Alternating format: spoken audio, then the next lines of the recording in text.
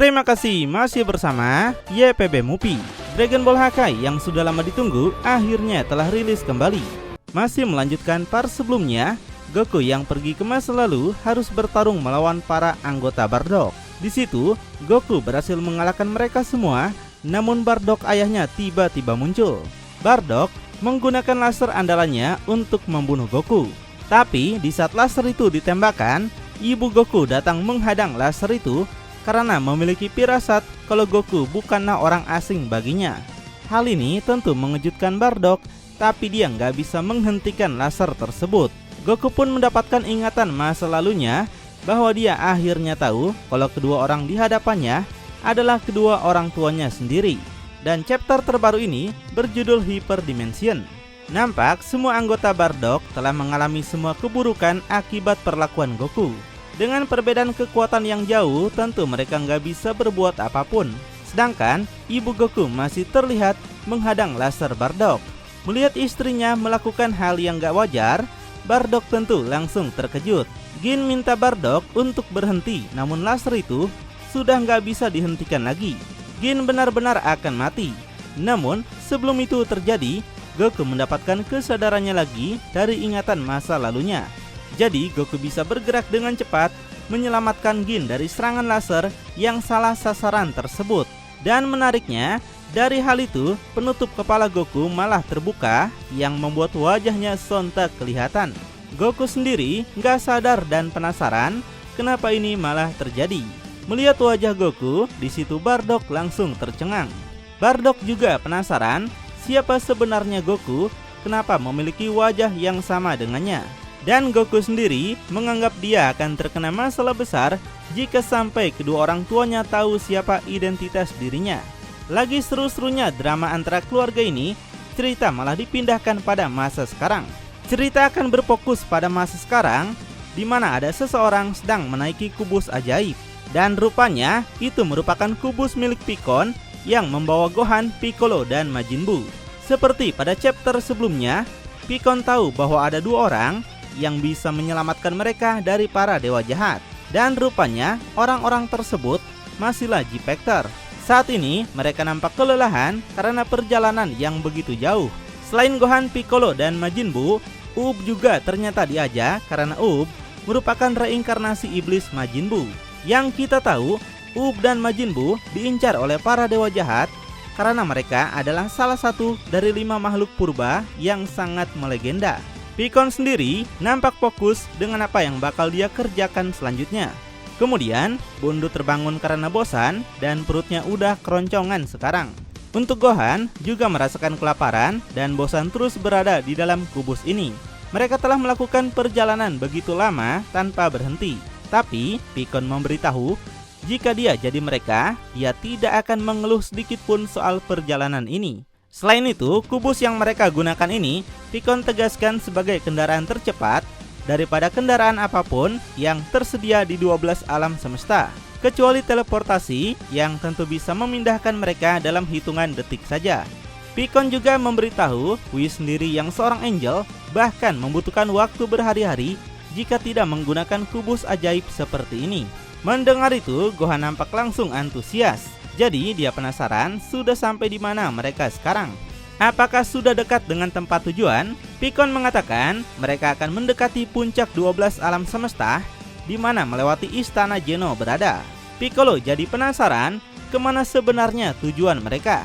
Karena sejak Piccon menemui mereka, Piccon sama sekali tidak mengatakan kemana tujuan mereka, cuma mengajak mereka ikut dengannya saja.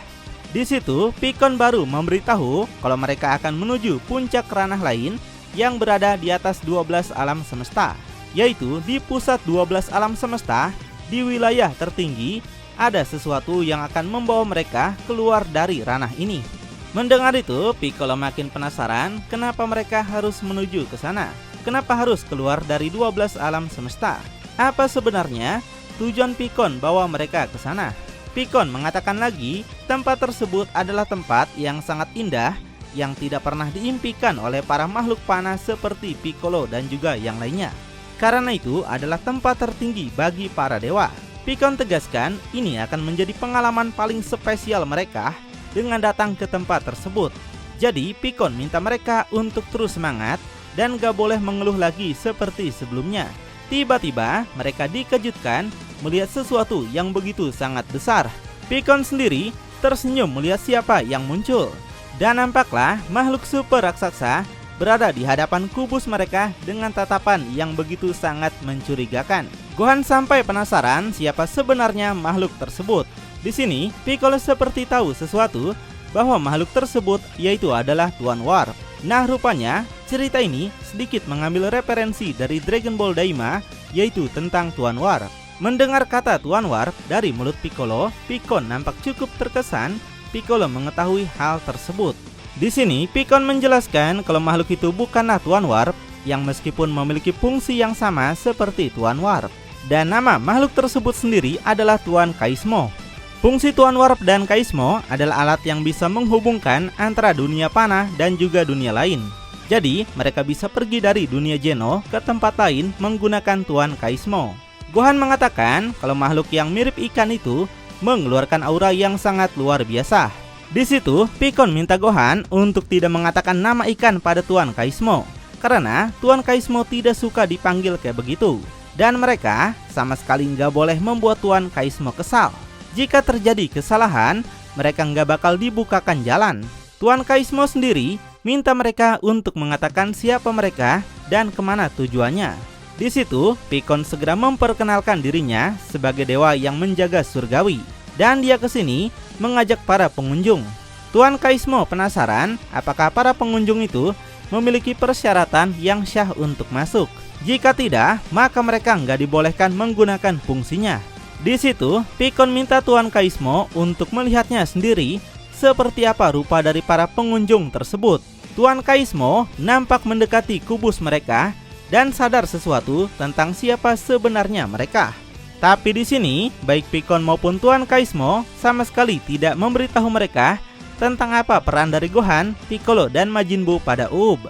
Hal ini tentu membuat Gohan penasaran kenapa Tuan Kaismo melihat mereka dan merasa sangat terkejut. Piccolo sendiri nggak tahu apapun soal yang dibicarakan oleh Pikkon maupun Tuan Kaismo. Tapi jika kita mengingat kalau Gohan dan Piccolo memang punya peran penting dalam mengalahkan dewa jahat. Untuk Buu Undut dan Uub, mereka adalah salah satu makhluk purba. Jadi itu mungkin adalah penyebab kenapa Tuan Kaismo begitu terkejut melihat mereka. Tapi di sini meskipun Tuan Kaismo sadar mereka adalah orang-orang penting, dia tetap meminta Pikkon untuk mengatakan sandinya jika ingin dibukakan jalan. Jika nggak ada sandi, maka percuma saja meski tugas mereka sangat penting. Namun beruntungnya, Pikkon tahu sandinya, di mana kata waktu adalah sandi untuk para dewa. Dan di sini, Tuan Kaismo menerima sandi tersebut dan akan membukakan jalan. Kubus mereka bergerak masuk ke dalam mulut Tuan Kaismo yang sama halnya seperti Tuan Warp. Hal ini membuat Gohan merasa cemas kenapa mereka harus ditelan oleh makhluk besar tersebut. Pikkon menegaskan kalau ini adalah jalan satu-satunya. Piccolo sungguh penasaran apakah hal ini akan aman untuk mereka.